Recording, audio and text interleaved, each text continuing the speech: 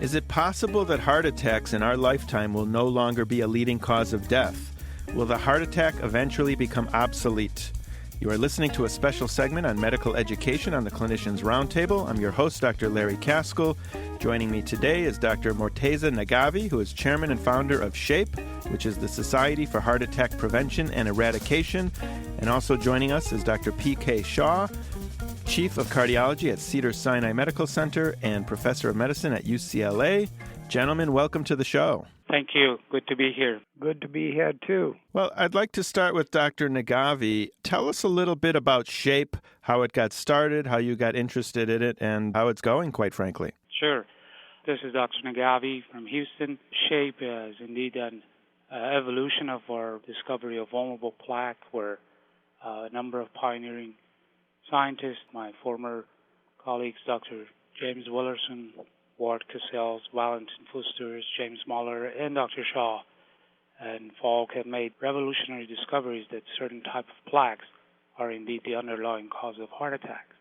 And if we are able to identify them, we could prevent heart attacks. Let me jump in and ask Dr. Shah, who's in the trenches, how are you currently identifying the vulnerable plaque without doing an IVUS or an infrared procedure? Is there a way to find that plaque? With the currently available technologies and methodologies, I don't think it's reliably possible to identify a vulnerable plaque. But I do think that we can do better in terms of identifying the vulnerable patient based on not only the characteristics that we can obtain from history and physical examination, but inventory of risk factors, and add to that what we believe is an important component of identification of risk is the detection of subclinical vascular disease before it causes any symptoms. And I think at the present time, that's as far as we can go.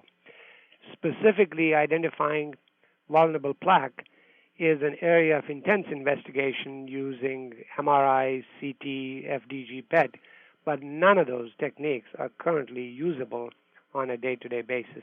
That may change in the future. If I may interrupt, vulnerable plaque is not really one vulnerable plaque. There are multiple plaques, maybe 2 or 3, and they change over time. So we don't know if a plaque stays vulnerable for a year, for a month, or for a few weeks.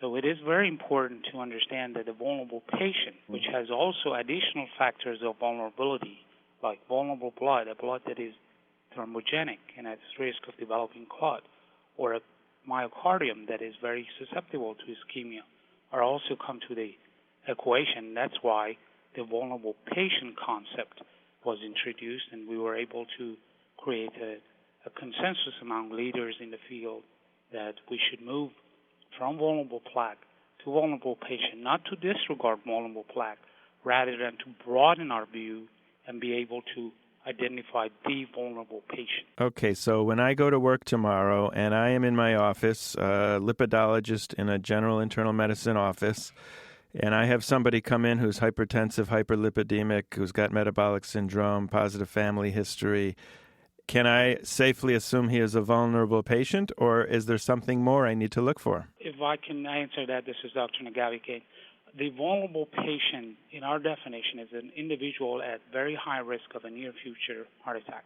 If your patient has had a prior history of coronary event, it's already by definition a vulnerable patient. If that patient has a very high burden of subclinical atherosclerosis measured by coronary calcium or carotid IMD, is also a vulnerable patient. If your patient doesn't know any of these and only has some risk factors and is not taking medications, aggressive treatment, your patient in our proposal, the SHAPE proposal, is a subject of a screening. I'm glad you brought up IMT. I do IMT in my office, and it has been eye-opening and remarkable of what I am finding when I'm looking at pretty much low-risk patients. They have 40% blockages and huge plaques sitting in their carotid arteries. This is P.K. Shah. You just made the point to really give support to the concept of SHAPE. And this is exactly several years ago why myself, Mort, and Erling and others got together and said, simply taking an inventory of risk factors in asymptomatic, otherwise healthy individuals does not appear to give us the same kind of information that we can get from directly identifying subclinical atherosclerosis. And why don't we actually look at the arteries rather than just the risk factors, and then really determine if a patient has atherosclerosis or not? Right. Otherwise, we're guessing. Otherwise, we're guessing. Otherwise, it's a strategy to treat everybody. And here's the dilemma. Vast majority of people will have risk factors, and only a minority of them will get atherosclerosis. And a minority of those with atherosclerosis will actually get an event. But because the denominator is so huge, even though the percentage of patients that get into trouble is not very high, the absolute numbers are staggering. So the question is, if you have such a high prevalence of risk factors that 80% of the population or 70% of the population has it, then the risk factors are no longer discriminant in terms of predicting who is going to get an event and who is not. So to bring us a step closer to really identifying individuals who are at risk due to known and unknown risk factors and due to known and unknown protective factors, looking for atherosclerosis in a vascular bed is actually giving us an integrated view of known, unknown risk factors and protective factors. And I think that's the fundamental point about SHAPE. If I may add here, Larry, Morteza Naghavi here, exactly what Dr. Shah said. And I'd like to make one thing very clear, that we are not discounting risk factors. They're nice, but they're not sufficient. They're not sufficient. You can have two individuals, one with lots of plaque in coronaries, about to erupt vulnerable plaque or any other types of plaque, and the other one with no plaque. Both can have cholesterol 220 and LDL 130, 140, and we just don't have ability to distinguish between the two. And as you know, one is in urgent need of aggressive treatment, and the other one could be managed in a more conservative way. So that's what the SHAPE comes in and says, after assessment of risk factors. So we do want everyone to be screened. We do want everyone to know their Framingham risk score. Framingham risk score is a very cheap and easy way to identify long-term risk, but it is completely blind to near future risk of a coronary event. If you've just joined us, you're listening to a special segment on medical education on the Clinicians Roundtable. I'm your host, Dr. Larry Kaskel, and I'm joined today by two guests, Dr. Morteza Naghavi, who is the chairman and founder of the Society for Heart Attack Prevention and Eradication, also known as SHAPE, and Dr. P.K. Shah, chief of cardiology at Cedars-Sinai and professor of medicine at UCLA. Dr. Naghavi, you just brought up Framingham risk calculations, and I personally think they are as good as tossing a coin in the air.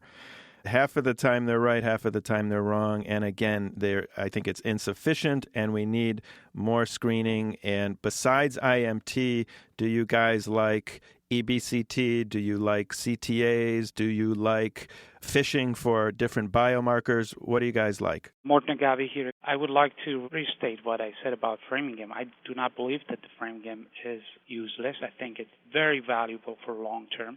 And as a society and policymaker, we should look into long-term risk assessment. We should look into screening for assessment of Framingham risk score in early age, 30s, 40s, so everyone knows their Framingham risk score for 20 years later. But they're not sufficient. And as you said, it's like almost flipping a coin for an immediate risk assessment. And so what else we have in addition to SHAPE?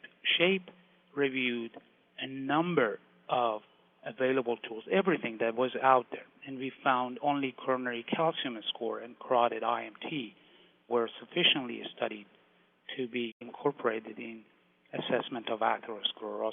That's what we're focusing on, subclinical atherosclerosis. Yeah, I'd like to interject. And when you say IMT, give me a normal IMT and give me an IMT score that you would consider that this person has atherosclerosis or the beginnings of. Well, IMT is an area that the cut points are still very questionable. But if you have an IMT more than 1 millimeter, that's a heart individual.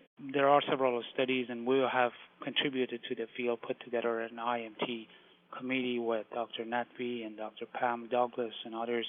They're working on this. But if you find a plaque in carotid, or if you find an IMT more than 1.5, you're really in the very high-risk individual. This is PK Shah. In practice, I see patients virtually every single day of the week. The way I look at identifying subclinical atherosclerosis, we begin with a carotid ultrasound. And the reason for that is there's no radiation involved. It's relatively inexpensive.